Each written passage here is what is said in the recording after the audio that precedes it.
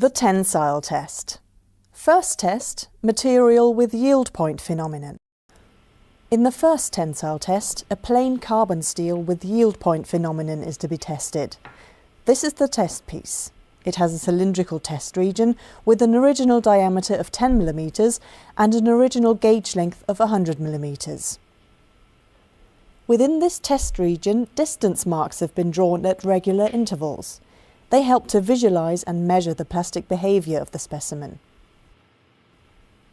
Using a hand control, the tester moves the upper crosshead into its correct starting position. Now he can place the threaded ends of the test piece in the lower and upper grips of the testing machine.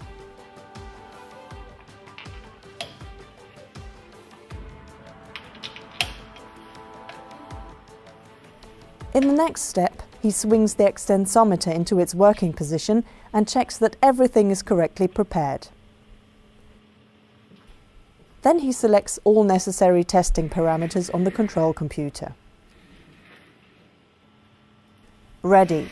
The test starts and the extensometer's sensor arms are carefully pressed onto the test piece.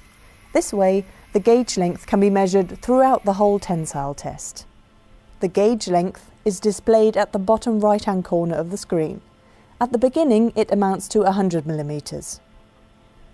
During the tensile test, the test piece is slowly and constantly elongated with a standardized speed. The force that the test piece opposes to the imposed elongation is recorded and can be seen at the bottom left-hand corner of the computer display.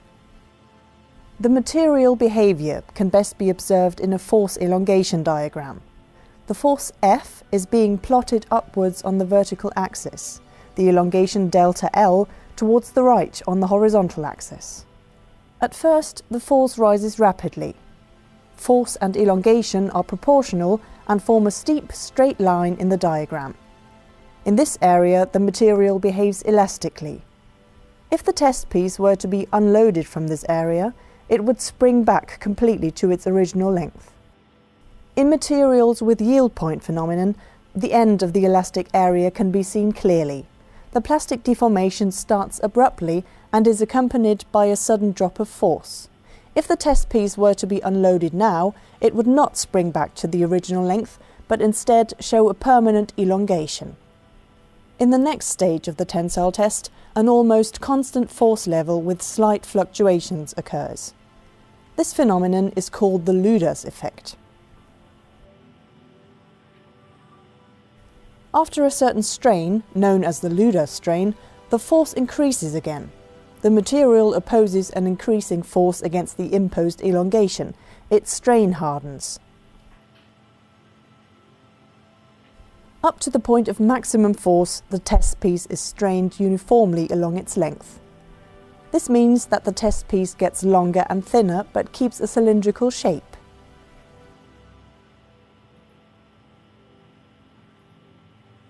As soon as the maximum force is reached, a neck begins to form at one point of the test piece. All further plastic deformation now only takes place at the neck, and eventually the test piece fractures there.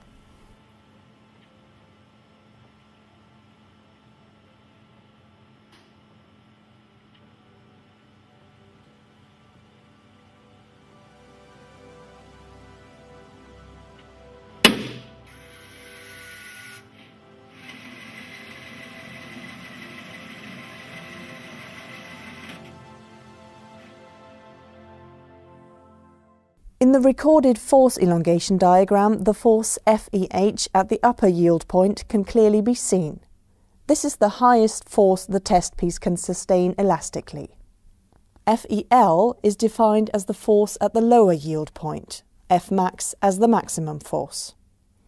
Using these forces, the strength properties of materials can be calculated. The upper yield strength REH is calculated by dividing the force FEH by the original cross-sectional area S0. The lower yield strength REL is defined in a similar way. The maximum force divided by the original cross-sectional area is called tensile strength RM. In the last step, the tester swings the extensometer back into its resting position and removes the broken test piece.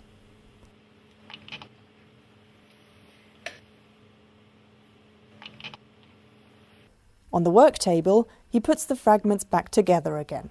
With the help of the distance marks, the percentage elongation after fracture can be determined. This is the permanent strain after fracture and amounts to about 30% in this example. Please note that the percentage elongation after fracture depends on the length to diameter ratio.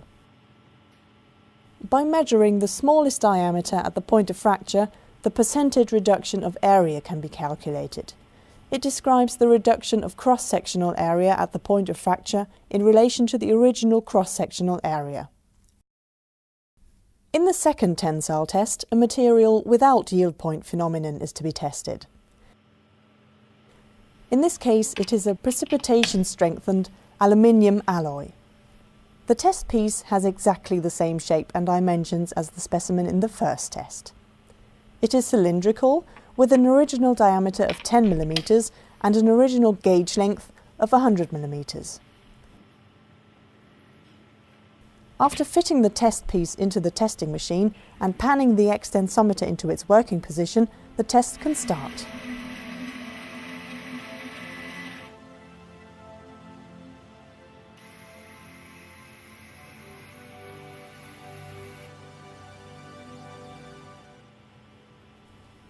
The initial linear curve in the force elongation diagram again shows the elastic behavior of the material.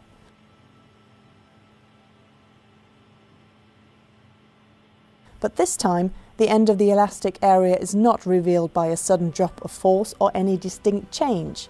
There is a smooth and gradual transition from linear elastic behavior to plastic deformation. In the further course of the tensile test, the force increases and the test piece again is strained uniformly along its length. At the point of maximum force, a neck develops and all subsequent plastic deformation is confined to this neck until fracture finally occurs there.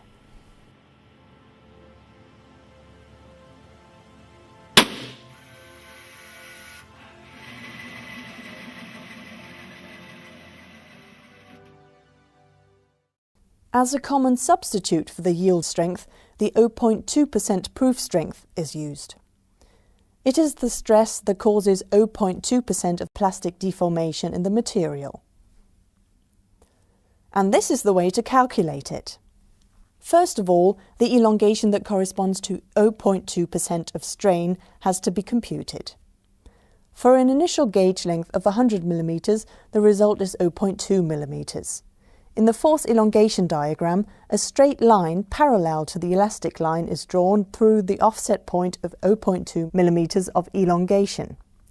The force at the intersection point of the offset line with the force elongation diagram is designated as Fp 0.2. This is the force that causes a plastic strain of 0.2%.